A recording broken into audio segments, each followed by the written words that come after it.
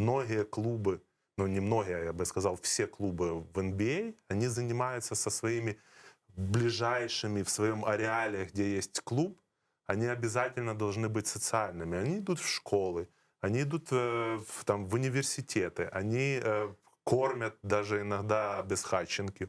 Тоже такое есть. Мгм. На Thanksgiving они раздают бесплатно еду, турки и все тому подобные вещи.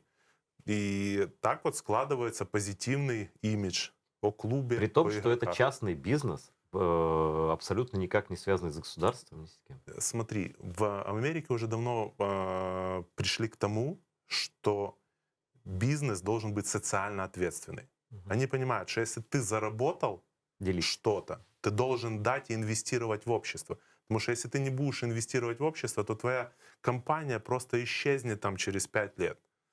И они это четко понимают. Это есть каноны. Они должны быть со своей громадой, со своей комьюнити. Вот где вот они продают свою продукцию, они, значит, должны там быть. И вот многие считают, вот американцы там такие-сякие делают скидки. Нет, они очень прагматичные люди. Они знают, что лучше здесь я должен сделать скидку, здесь пусть лучше я здесь немножко проиграю, но потом в будущем человек будет ко мне лояльным, и он у меня не одну покупку сделает, а сделает 10 покупок.